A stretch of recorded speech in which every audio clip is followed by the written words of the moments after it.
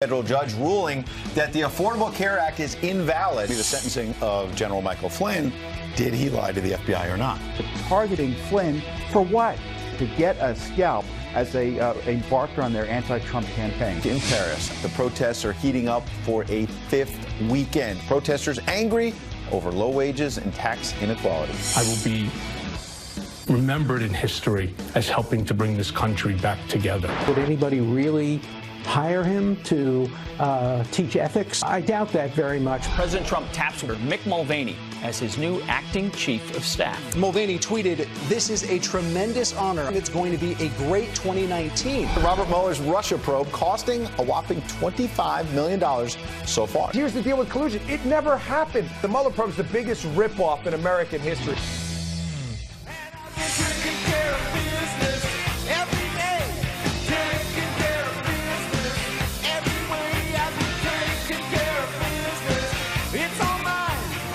It's like our next karaoke adventure.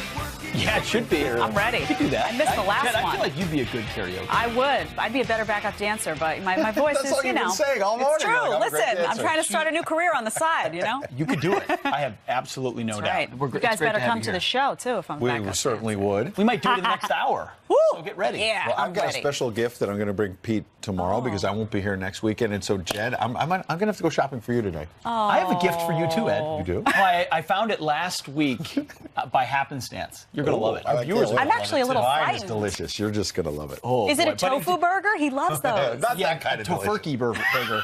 No, it's December 15th. It's only 10 days to Christmas. I guys. know. I have done I'm getting zero excited. Christmas shopping. Except for me. Except for Ed. All right. Except for Ed. Well, Yes. Christmas came a little early for President Trump.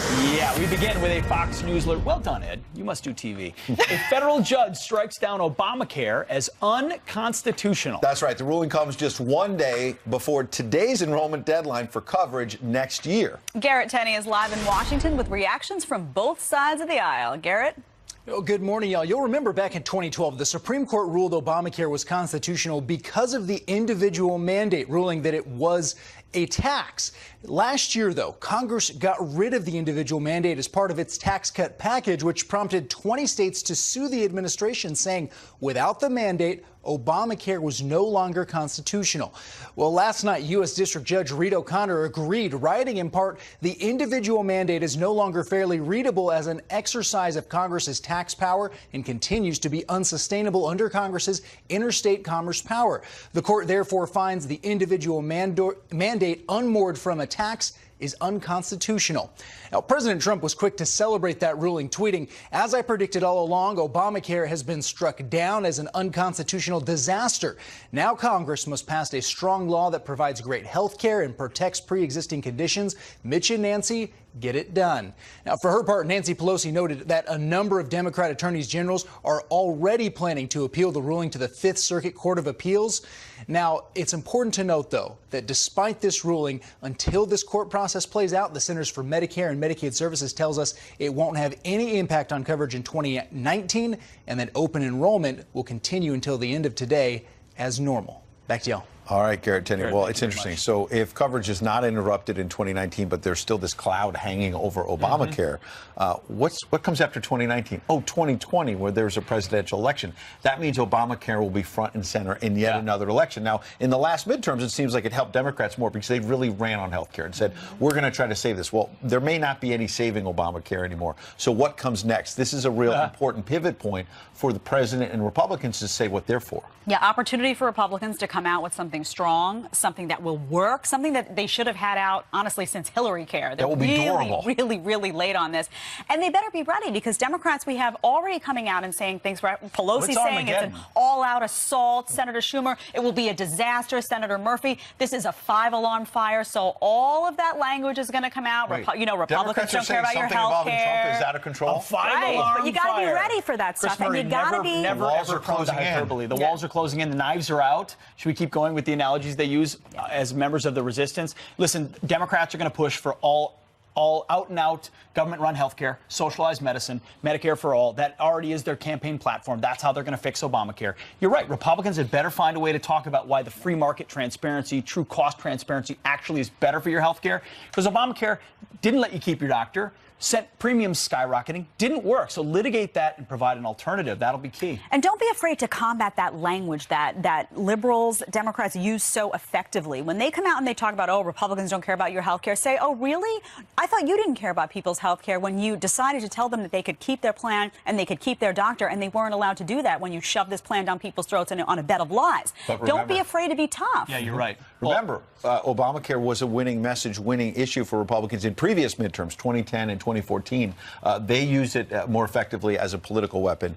This is going to be front and center in 2020. It's the health care plan that just won't die, Ed. No, absolutely. There it is. Well, you talk about cost. What about the cost of the Mueller investigation, shifting gears? $25 million and counting. And now it's become almost a regular occurrence now that every Friday there's some sort of a document dump. This past Friday, special counsel's office reacting to General Michael Flynn's legal team and what they were saying about how they don't want any jail time. Well, there's new questions in these documents about the FBI agents who handled the Flynn case and how they never believed that he was lying during the meeting they had. That's right. Here's a portion of a document released related to Michael Flynn. It said, Strzok and Redacted, we don't know who that is, both had the impression at the time that Flynn was not lying or did not think he was lying. Flynn struck Strzok as bright but not profoundly sophisticated. That's rich coming from the guy who sent. I do know about Gossip Girl. I should not admit that, but I will. The guy Gossip Girling with Lisa Page. Peter Strzok. Peter Strzok. He says Michael Flynn's not sophisticated. Yeah. Save it. Save it. Save it. But ultimately, the more important piece is a lot of people close to this feel like Michael Flynn was set up. Never lied. Yeah. His career for our government, what he's done for our country in uniform, never held into account. Didn't have his lawyers, was sort of ambushed and used as a scapegoat based on the surveillance that was used for a long time. So a lot of questions around Michael Flynn. Yeah, the question is not just about the gossip and the text messages back and forth. It's about Peter Strzok, Andrew McCabe. These were supposed to be FBI officials who were nonpartisan and were just the facts man. They were law enforcement officials we should respect who were going to get to the bottom of this. Instead, it looks like two systems of justice in terms of how the FBI handled Hillary Clinton and how they handled Donald Trump. That's right. And we actually have Tom Fitton, president of Judicial Watch. The FBI targeted Flynn as part of an anti-Trump campaign, is what he's saying. This corrupt duo of Comey and McCabe, the targeting Flynn for what? He talked to the Russian ambassador, his incoming national security advisor. There was no reason to go after him, but to target him and to get a scalp as they embarked on their anti-Trump campaign. And it goes to show that the rules didn't apply to Donald Trump when it came to targeting him, and they were holding him out to a standard that they held no one else out to. Thank God for those so sophisticated text messages and how much bias they truly revealed. Okay, there was another very important development in these documents, maybe buried in it, or if you will. Let me take you back to January 6th, 2017, I believe it was. President-elect Donald Trump is getting briefed by James Comey at the FBI. This happened at Trump Tower here in New York, and then other intel officials, James Clapper and whatnot, about threats. He made a big deal of it in his book, James Comey. And then Comey made a big deal that at the end of that meeting, I believe, he then pulled aside the president-elect and said, basically, we got some dirt on you. You know, there's this dossier, there's this stuff, maybe sexual in nature, just some stuff that you should be aware of. And I've talked to people inside the White House around the president who feel like the president felt pressured, that Comey was sort of trying to hold this information over his head. And there was a lot of talk that, well, that was Christopher Steele and the dossier, and that it wasn't made clear to the president that this was funded by the DNC and the Hillary Clinton campaign. Guess what? We now have evidence of that, because in these documents, they released what they call Annex A, which basically it's sort of a two-page memo that Comey had. It's finally been released, of what he briefed the president-elect on. And among other things, it says, quote, the source is an executive of a private business intel firm and former employee of a friendly intelligence service, meaning Christopher Steele, but don't name him, who has been compensated, meaning paid, for previous reporting over the past 3 years. The source collected this information on behalf of private clients and was not compensated for it by the FBI. Private clients, you mean Hillary Clinton's campaign and the DNC? This is the document that James Comey was using to brief the president-elect. And he says, private clients were behind it, Mr. President-elect. Why didn't he disclose to the incoming president of the United States this dirt was paid for by the Democrats? It's what's fascinating to me, too, is that nobody talks about that, but yet we've been talking about what Trump may have done and looking into collusion for how long that we haven't found. But when you have something substantial like this that's right there in front of everybody's face, nobody questions it. The media just stays silent on that. It's stunning, actually. Yeah, turns out we do live in a world of double standards, two forms of justice. But there's also some other double standards that have stuck out to us. So there's a new congresswoman. She replaced Keith Ellison. Remember Keith Ellison from Minnesota? He was the first Muslim congresswoman. Well, her name is Ilhan Omar. She's the first Somali Muslim congresswoman, represents the same seat that Keith Ellison had. She tweeted this a couple days ago, and it caught our eye. Picture of Mike Pence during that meeting with Chuck Schumer and Nancy Pelosi. Talking about the wall. Talking about the wall, saying, Jesus, take the wheel. Hashtag border wall. I'm not quite sure what that means. All I know is that the media, to your point about double standards, would never point that out. No, he's sort of blinking during the meeting, so let's make it like he's praying and maybe mock his Christian faith. You know, it's so funny to me because Pence gets mocked for the craziest things, his faith. Remember when he got mocked? Liberals didn't like the fact that he said that he didn't want to go out and have drinks with women other than his wife. I mean, things that most people would look and commend someone for and say, this is a really noble guy of faith and family. That's what they choose to mock all the time. And I think that's really a reflection of them that people need to take note of. What if an incoming Republican congressman or congresswoman tweeted this about a Muslim? Can you imagine if I put up a photo of Ilhan Omar and said, Muhammad, take the controls, hashtag open borders? Can you imagine? Do we live in a free country? You can insult, you know, the person I believe to be the Lord, my Lord and Savior. Can I insult your prophet? I literally want to know that. Whether we still live in a country where that can happen. That's why things like this get people's ire. Because it does feel like we live in a double standard where some things are acceptable and some are not. Someone should ask her, is that really what you should be tweeting as a new congressman-elect? And that's not to say people don't make mistakes on both sides of the aisle. Of course they do. Of course, all of us do. The problem is that only one side of the aisle gets held accountable for it, and the other side gets a pass repeatedly. There has to be consistency. Either you're going to be outraged by these things universally or not at all. By the way, pay attention. She is going to be a cause celeb of the left. I mean, you think Ocasio-Cortez is? Ilhan Omar is going to be someone they held up as a center of the resistance against Donald Trump. So email us. We've been asking you to weigh in on some of these things. We're going to do it next hour. Show some of your tweets, emails, whatnot, friends@foxnews.com. That's right. Well, President Trump's fixer lawyer, Michael Cohen, sentenced to 3 years in prison. But did the president commit a campaign finance crime? To 3 years in prison. And there's something he wants to be remembered for. He doesn't understand the system. And it's sad because the country has never been more divisive. And one of the hopes that I have out of the punishment that I've received, as well as the cooperation that I have given, I will be remembered in history as helping to bring this country back together. Well, our next guest says Michael Cohen pled guilty to something that is not really a crime. And he might know a little something about it. He's a former Federal Elections Commission chairman, Bradley Smith. He joins us now live. He's currently the chair of the Institute for Free Speech. Good morning, Brad. Good morning. How are Good you to see you. So let's start simply with reacting to Michael Cohen, because in that interview with George Stephanopoulos at ABC, he also alleged that the president directed him to essentially break the law. And we've had all these pundits in the last few days say the president is an unindicted co-conspirator in a crime. You say... Right. Well, let's start with what the prosecutor's theory is, right? The prosecutor's theory is very simple. He says anything that's for the purpose of influencing the election is a campaign expenditure and subject to all these rules of the Federal Election Campaign Act, which they did not comply with. Okay? Seems like an open and shut case. That it was hush money to women, and that that was going to impact the campaign. And they did it to influence the election. Okay? And most people, that's what Cohen says they did it for, and one reason why, and so most people, that makes sense. Case closed. Sure.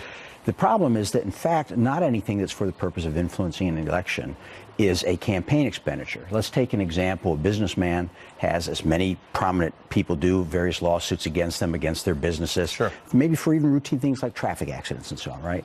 He says to his lawyer, look, I want all those cases settled. I'm running for office. I don't want a distraction. I don't want some guy in the press accusing me of being a heartless tycoon. Okay. Does that convert those settlements into campaign expenditures? So would that be a campaign expense? The answer is clearly not, right? He can't use his campaign money to settle these lawsuits that might be pending against him. So there's another part of the statute that specifically says that it's for something to be a campaign expenditure, it has to be an obligation that arises from the campaign. And this obligation doesn't arise from the campaign. It arises, if it happened at all, from affairs that he had. An affair that happened before he was running for office. That's right. What about the question about using personal money versus campaign money? People keep comparing it to what happened with former Senator John Edwards in his presidential campaign. Well, this is exactly the problem, is that If, in fact, they had used campaign funds to pay for this, it would be viewed as an illegal personal use of campaign funds for something that benefits the president. He's sparing his family embarrassment. Right. He's maintaining his vitality as a television personality and so on. And he did not use campaign funds. Right. So if he'd used campaign funds, they'd say it was illegal use of campaign funds. Because he didn't use campaign funds, they say it's illegal because you didn't report it as campaign funds. So can we try to douse the flames a little bit on the hysteria that's going on among some quarters of the media right now? You're a former chair of the Federal Election Commission. It seems to me you would know a little something about election law. President took money out of his own pocket, essentially, to try and make something embarrassing go away. Right. Is that a crime, yes or no? The answer is no. Politically, there may be ramifications. Crime, no. So this is, to you, is a whole lot of nothing. I think that's right. I think in the end, it's a lot of smoke. Why did Cohen plead to it? You know, he had other felonies that they were after him for. They were kind of putting the squeeze on him. And obviously, I think the prosecutors wanted to get the big fish. You know what, to get them, our gift cards are always a great idea. More story on this coming, no doubt. Brad Smith, we appreciate you bringing in some facts, actually going through the law for us. Thank you. All right. Meanwhile, a Fox News alert: protests are heating up at this hour in Paris for the 5th straight weekend. We are live on the ground next. And one sheriff's department honoring our fallen heroes. What a wonderful the FBI thing to acted do this improperly Christmas. They have with a Michael very Flynn. special tree to honor our men and women in uniform. Up yet again in Paris for a 5th straight weekend. France now investigating whether Russia is using social media to encourage the violence. Our man on the streets in Paris, Greg Palkot, is live in the middle of this unrest again. You see the helmet, you see the goggles. You are ready for anything, Greg. Anything, and anything is possible right now, Ed. It is weekend 5 for these protests. I must say it is considerably reduced so far from what we showed you last week, but is still tense, and there's a lot of folks out on the street. I'll ask my cameraman Pierre first to show you the yellow vest protesters, the anti-government protesters who have gathered here in front of the old Opera House in Paris. This is one of the most iconic places in Paris. And then I'll ask cameraman Pierre to swing back again and show you who is outnumbering the protesters right now. Riot police. You can see those armored cars. Those are war machines that they brought in on the streets of Paris. And if I ask my cameraman to give you a 360 tour, you had more riot police, a flank of horses ready to charge in if need be to clear this place. Continue on, Pierre, down to the Plaza, the Ritz Hotel where Princess Diana spent her first night. One more time over here to the right, Pierre. That's a water cannon truck ready to come in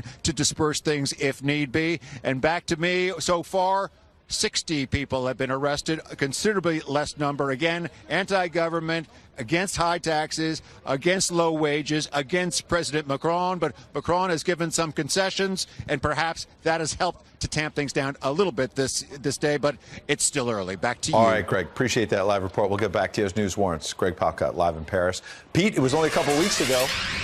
Yeah, Greg and Pierre doing good work. President. That's right. All right, well, the sheriff's office in Boone County, Indiana. Very cool story here. Honored police officers killed in the line of duty this year by putting up a Christmas tree decorated with blue ornaments. The tree has 142 ornaments for each police officer killed in the year 2018. Joining us now, Sheriff Mike Nielsen of the Boone County Sheriff's Office. So great to have you. That tree behind you is absolutely beautiful. Please tell us, what was the motivation for you to do such an amazing project like this? Well, thank you very much for having us from Boone County, Indiana. We really sincerely appreciate that. This was an opportunity for us to honor those folks that have given their lives in the line of duty and paid that ultimate sacrifice, because it hit close to home for us this year when we lost one of our own on March 2nd. Yeah, one of your deputies, Jacob Pickett, was lost in the line of duty about 9 months ago. Talk to us about that officer and his service and sacrifice and what it means about the others that are on that tree as well. You know, I'll tell you what, Jake was a leader of our K-9 team. He is a warrior, and he will be forever missed for his infectious smile and his laugh. But most of all, we'll never forget his dedication for protecting the citizens of this county, that he gave his life protecting them, just as these 142 officers behind us has done. You know, those ornaments are so amazing. Each ornament is handwritten with the officer's name. It has the officer's rank. It has the end of watch date. You know, this is a time in our country where I feel like law enforcement is sometimes really underappreciated. What is the message that you want to send to the rest of the country, to law enforcement everywhere, by doing an amazing project like this? Well, man, what I have to tell you is that these folks that are standing behind me and all 142 officers that have their names on those bulbs, I am honored to walk this journey with them. And I'll give credit where credit was due. This idea came from our 911 Communications Center. They presented it to me a little over a week ago, and we ran with it. The goal here is to make sure that we pay the ultimate tribute to these officers that have given their lives to hold that thin blue line. And it's so important for us to show that gratitude, since it now hits so close to home for us. Sheriff. The goal here is once we take the tree down, we will be sending those ornaments to those departments. To all of those departments, because ultimately you all serve together in the service of our nation. Sheriff, if you would, why do you put the uniform on every morning?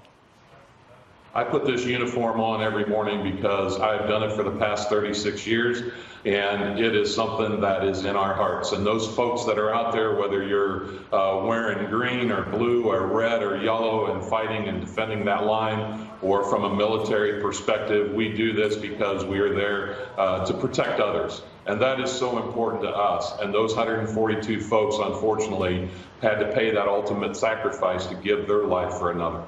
Boy, that's right. That number is way too high. But knowing that there are men like you and the folks standing behind you, standing in line for us, means we can do our job in peace. Ultimately, you are officers of the peace. What do so many folks get wrong about your profession?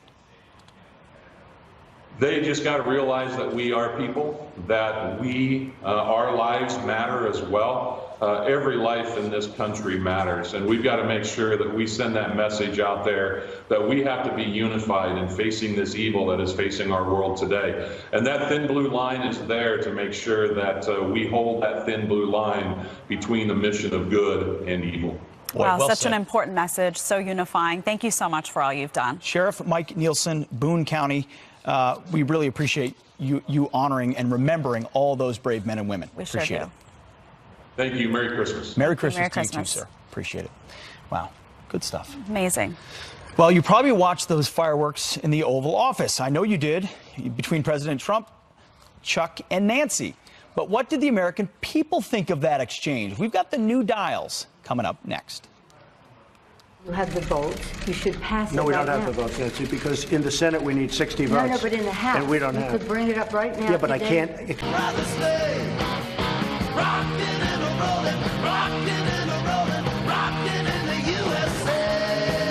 In the 70s, I actually kind of liked Kiss, late 70s, early 80s. I'm embarrassed maybe to admit, but that song wasn't one. I can't even name the other ones, but that was not one of the best. Anyway, moving on. One of the most contentious moments of the Oval Office. I've covered a lot of them, and I was surprised by what happened this week. President Trump met with House Democratic Leader Pelosi, Senate Majority Leader Chuck Schumer, and it got nasty real fast. But what did the voters think of the clash? Here with the dials from the meeting and some of the top sound bites of the week, President and partner at Maslansky and Partners Lee Carter Lee, we were all, I would say, transfixed. Oh my God, this was electrifying. I loved it. It was good TV. Yeah, it was but great what do the TV. voters think? Here's an exchange between President Trump and Nancy. We must keep government open, that a shutdown is not worth anything, and that you should not have a Trump shutdown. You have the White House, did you the say Trump Trump? shutdown. Oh. You have the White House. gonna go. You have the Senate. You have the House of Representatives. You have the votes. You should pass it No, we right don't have now. the votes, Nancy, because in the Senate we need 60 votes. No, but in the House, and we don't you have. could bring it up right now. Yeah, but I today. can't. Excuse me, but I can't get it passed in the House if it's not going to pass in the Senate. I don't want to waste time. Well, Wow, look, I don't know I've ever seen the lines go like this. The way they did It's like there. Spaghetti Junction in Atlanta, which just True. happened there, right? It's true. What I thought was fascinating, though, was when Pelosi was talking, she did a pretty good job. She held her own toe-to-toe. When Trump started talking, if you kept watching, it totally flipped. So when Pelosi talked, she gave her base, and everybody gave her an A on her base. When Trump started talking, his base gave him an A. Independents gave it a C. Now, all of these people... When both of them were talking. Both of them Each were one was talking. talking. Independents were like, I'm not liking this. Well, it's not that they're not liking it. You know what I found fascinating when I was really digging in underneath to find out why they thought what they did? It was people like to see it. They know these conversations are being had. They know it's contentious. They want to see it. They want to know the back and forth. They don't want everything all polished. They want to see the sausage get made. And so the independents were like, so they really are having conversations. That's what it's really like. And they might not like how contentious it is, Well, but I they gave think it a C, though. They're not giving it an A. and they're not giving it an F. That's what's important to me, because a lot of people looked at this, and a lot of the media that I've been watching say, you know what, Trump was a big loser in this. Everybody lost in this. This was a terrible thing. No, it wasn't. The American people actually were glad to see the conversations being had. First one was an exchange with Nancy, as you said. Now here's Chuck. We shouldn't shut down the government over a dispute, and you want to shut it down. You keep talking about it. The last time, Chuck, you shut it down. No. We don't get what we want, one way or the other, whether it's through you, through a military, through anything you want to call, I will shut down the government. Okay, absolutely. fair enough. And I am disagree. proud, and I'll We tell you what, disagree. I am proud to shut down the government for border security. He said he'll own it, right? He said he will own it. And you know what? In the Trump v. Schumer debate there, Trump won. Republicans gave an A, independents B-, Democrats a D-. The Democrats weren't too proud of Chuck Schumer in that moment, but the Republicans and independents were like, you know what? He's putting his money, he's putting his mouth where his money. He said, you know what? I am so glad that he's finally standing up for this. This has been going on for so long. This was a campaign promise that he made, and he's like, look, I'm not going to take it anymore. Let's fight. Fine, I'll close it down. Yeah, and he said, Chuck and Nancy kept wanting to say, let's do it in private. Let's do it in private. Like, no, this is transparency. I know. Let's talk about it. Let's do it in front of the press. And Come on, a bring B- it. a B- from independents, not so bad, actually. Not so They didn't bad. mind it so much. It's not exactly what everybody's saying out there. Nobody really lost in this one. I think the American people are glad to see the fight happening. Petitions were defined. The last one we have is Representative Ted Lieu on regulating speech. Take a look. I would love to be able to regulate the content of speech. The First Amendment prevents me from doing so. And that's simply a function of the First Amendment. But I think over the long run, it's better that government does not regulate the content of speech. I think that's which one is he for? Over the long run, I think it is better that government does not regulate free speech. So you can see that Republicans and independents gave this an F. Democrats gave it a C. Now, what happened afterwards, when you asked them why they reacted the way they did, people were like, wait a minute, did I just hear that? What did he say? Is he for it? Is he against it? It's not a good moment. He later tried to amend and say, I'm for the First Amendment. Didn't sound like it in the short term. Right. No, it didn't. Just saying. Walked it back. I don't think there's the outrage that a lot of people are saying over this comment, because I think a lot of people were like, what? Did he even know what he meant? He doesn't like, even understand. What was that? The First Amendment is specifically there so that speech we don't like is allowed, not the idea that we sense. It's unbelievable. Well, a modern Democratic congressman, ladies and gentlemen. There you go. Lee, thank you Thanks very so much. Great to be here. Thanks so much. All right, we're going to do some headlines for you now. Lawyers for a suspected terrorist charged in the deadly New York City bike path attack are trying to get evidence thrown out ahead of the trial. Sayfullo Saipov is accused of mowing down a crowd, killing 8 people last year. His lawyers say investigators interrogated him while he was on drugs, recovering from a bullet wound. They're now asking the judge to throw out those statements and information taken from his cell phone after his arrest. His trial starts next fall. An American tourist may have been killed by multiple people in Costa Rica. Forensic scientists reportedly believe as many as 4 people may be involved in the murder of Carla Stefaniak. She was found half buried under plastic bags behind her Airbnb. Stefaniak died from stab wounds and blunt force trauma. A security guard who lived in the apartment next door is under arrest. He became a suspect after giving inconsistent information to police. A law requiring voters to show photo ID at the polls is vetoed in North Carolina. Democratic Governor Roy Cooper says it suppresses voting rights for minorities, the poor, and the elderly. Instead, he thinks the state's real election problem is illegal absentee ballot harvesting. Republican lawmakers are vowing to override the veto. And take a look at this. A Maryland mom is going viral for embarrassing her son. I just started singing myself, and then he kind of gave me the look like, that's us up there. And then I just went for it, and I was just like, set your things on. And so he was just like, no, please stop. So it was a lot of fun. She's so much fun. Mandy Remmel caught on camera serenading her son at a college basketball game earlier this week. Kelly Clarkson even sharing the hilarious video on Twitter, writing, "That's my kind of mama." Mine too. And those are your headlines. Nicely done. I could see Solange rocking it. Oh yeah, for Never sure. miss a chance to embarrass your kids. Yeah. Never. It's a life Let's lesson. not embarrass Adam Klotz, though. You can't embarrass him. He loves karaoke. He loves to sing. He does Adam, love karaoke. And he loves the weather. I especially love karaoke when I hear you guys singing it. Did you you didn't karaoke? No, We'll I forgive didn't karaoke, but I enjoy drinking and listening to you guys karaoke. Yeah, that was wonderful. You know what else I enjoy? I enjoy these crowds we have out here on Fox Square. Give me that energy. Give me that energy. I also like signs. You guys have been out here for a couple hours. I appreciate that. What were your guys' names again? Rhonda. And Ben. And Ben. And you're from? Elton, Kentucky. Elton, Kentucky. Big shout out to Elton, Kentucky. They've been out here for hours, and I appreciate that holding this sign. Let's take a look at your forecast. We got maps across the country. I'm also enjoying this forecast. 48 degrees, not too bad here in New York City in the winter, is it, guys? We're going to have a white Christmas. Well, last week we were talking about snow along the mid-Atlantic. Today, because of all that heat, we're going to be talking about some rain, so hopefully you guys brought some umbrellas for the rest of your day. But rain out here, not now, the next couple hours, guys. And a really good crowd. We're about to throw it back in. Everybody wave to everyone back in the studio. All right. Thanks, Adam guys. done. Bringing the heat. Here's to Elton, Kentucky. All right. Shout out watching this morning. All right, still ahead. We've got a great lineup. Geraldo Rivera, Dr. Sebastian Gorka, and maybe a mystery guest. I don't know. Here live. And imagine being taxed for text messaging with your friends and family. That's exactly what a certain state wants to do. What state do you think that could be? Which federal judge ruling that the Affordable Care Act is invalid? The sentencing of General Michael Flynn. Did he lie to the FBI or not? Targeting Flynn for what? To get a scalp as they embarked on their anti-Trump campaign. In Paris, the protests are heating up for a fifth weekend. Protesters angry over low wages and tax inequality. I will be remembered in history as helping to bring this country back together. Would anybody really hire him to